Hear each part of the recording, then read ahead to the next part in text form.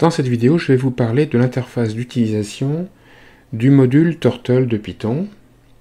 Donc, comme vous pouvez le constater, je ne me suis pas mis en mode plein écran parce que c'est particulier justement à l'utilisation de Turtle.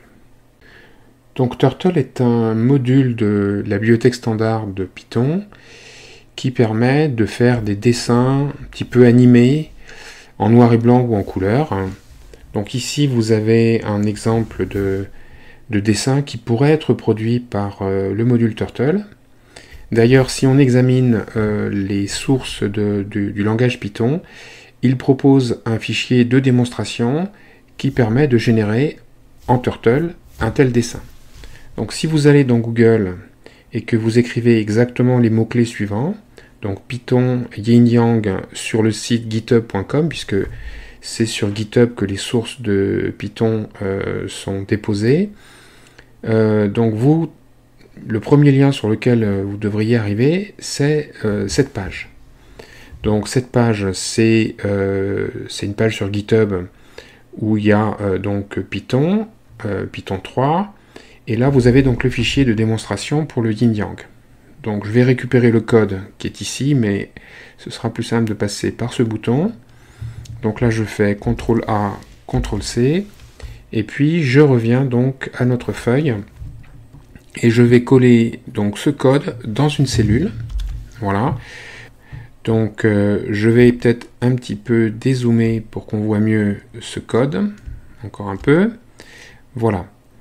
Et ensuite, comme pour n'importe quelle cellule, je vais exécuter en faisant majuscule entrée.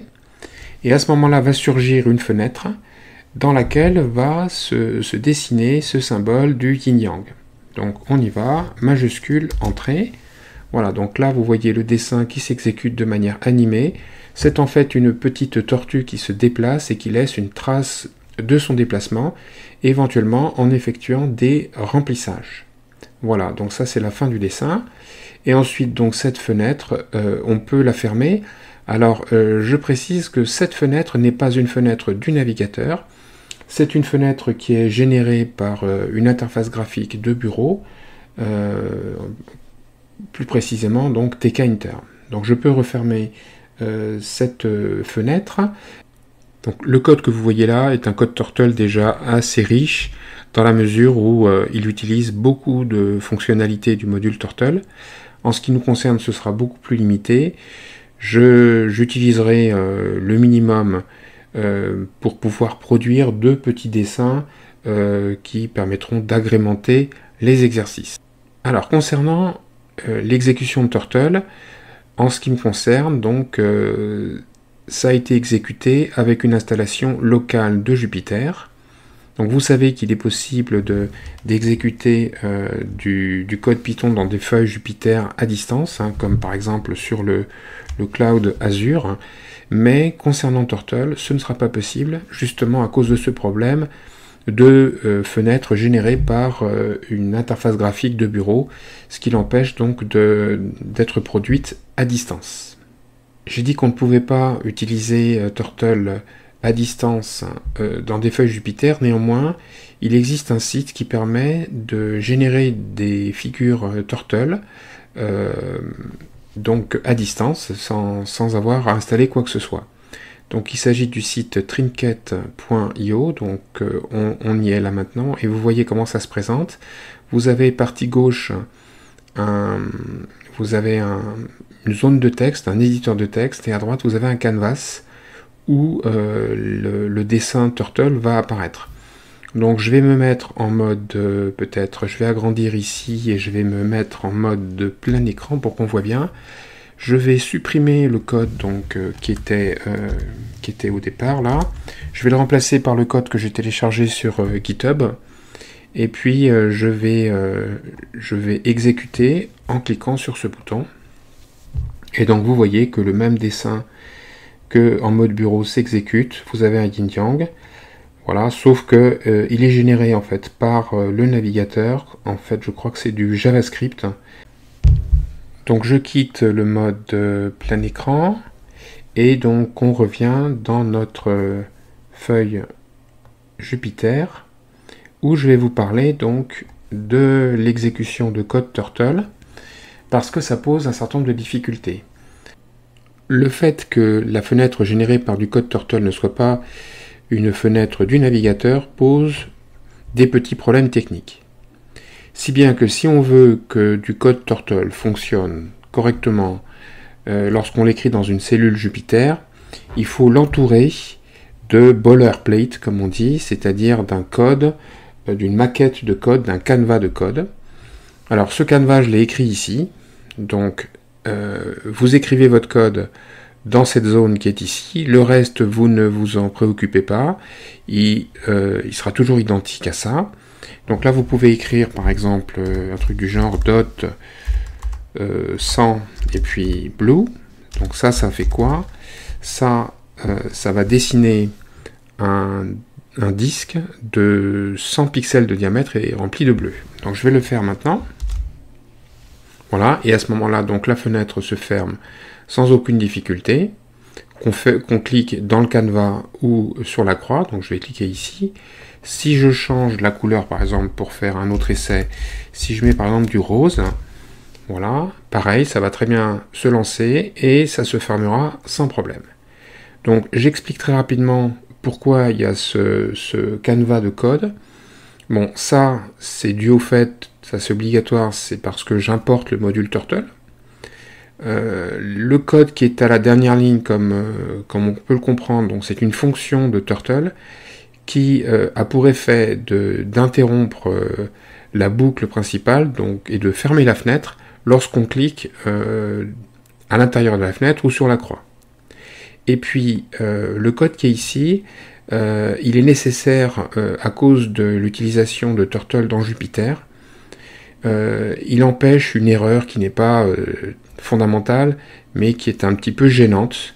Et donc, en mettant ce code, cette erreur ne se produit pas. Donc, on a vu tout à l'heure qu'une fenêtre s'ouvrait et qu'on pouvait la refermer. Imaginons qu'on oublie de la refermer. Donc, je vais remettre un petit bout de code ici. Par exemple, comme tout à l'heure, je vais mettre dot 100 et puis je vais mettre une couleur, mettons, green. Et je valide la cellule. Donc ma fenêtre s'ouvre avec le disque vert et admettons que j'oublie alors je vais un peu me décaler et je vais faire en sorte que quand même la fenêtre soit, le vert soit visible. Je passe à la cellule suivante et j'oublie de refermer la fenêtre. Donc je vais récupérer le code qui est là, puisque c'est toujours du code comme ça qu'on doit écrire. Et puis je vais changer juste de couleur. Je vais mettre par exemple, je sais pas, je vais mettre par exemple jaune. Et je vais relancer donc la cellule ici, donc je vais cliquer, je vais faire mage entrée. Voilà, et vous voyez, donc je suis passé ici, donc la cellule a bien été validée, et rien n'est apparu. Tout simplement parce que je n'ai pas fermé la cellule, la fenêtre de code qui était engendrée par la cellule ici. Donc si je clique, maintenant ça va se rétablir, voilà, et la fenêtre enfin apparaît, et puis je peux ensuite complètement la fermer. Je vais parler maintenant d'un problème auquel on peut être confronté. On écrit un code Turtle dans une cellule, et puis le code contient une erreur, et à ce moment-là, la fenêtre s'ouvre, le dessin n'apparaît pas, et la fenêtre ne peut plus se fermer. Donc je vais donner un exemple. Ici j'ai écrit un code qui est erroné, puisque j'ai écrit bleu, alors que c'est blue, la couleur, puisqu'il faut mettre une couleur en anglais.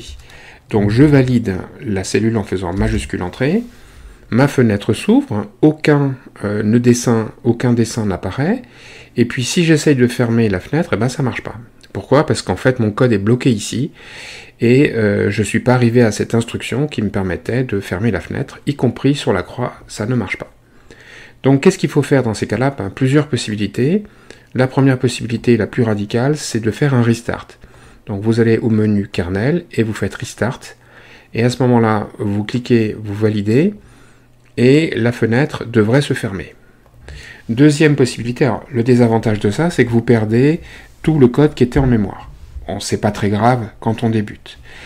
Ensuite de ça, deuxième méthode, je vais relancer donc la cellule avec l'erreur. Alors, deuxième possibilité, ben, je découvre l'erreur, je la rectifie, et à ce moment-là, ça va marcher. Bon, en pratique, c'est pas évident parce que les dessins sont plus complexes que cette seule ligne de code, et en général, on ne sait pas où est l'erreur. Donc, je vais quand même le faire. Je valide cette cellule, donc je vais peut-être laisser le centre bien visible. Donc, je valide cette cellule, et vous voyez, comme le code est correct, la fenêtre fait apparaître le dessin, et je peux la refermer.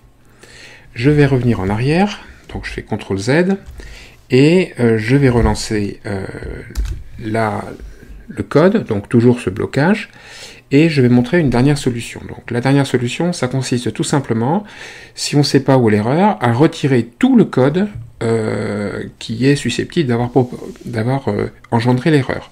Donc vous faites suppression, et puis là, vous validez la cellule. Comme il n'y a plus de code, eh bien, ça va fonctionner. Donc vous voyez que là, ça fonctionne. Je clique dans la fenêtre, elle va se refermer. Et puis je reviens dans la cellule où il y avait mon code, et je fais CTRL Z pour récupérer le code qui était écrit.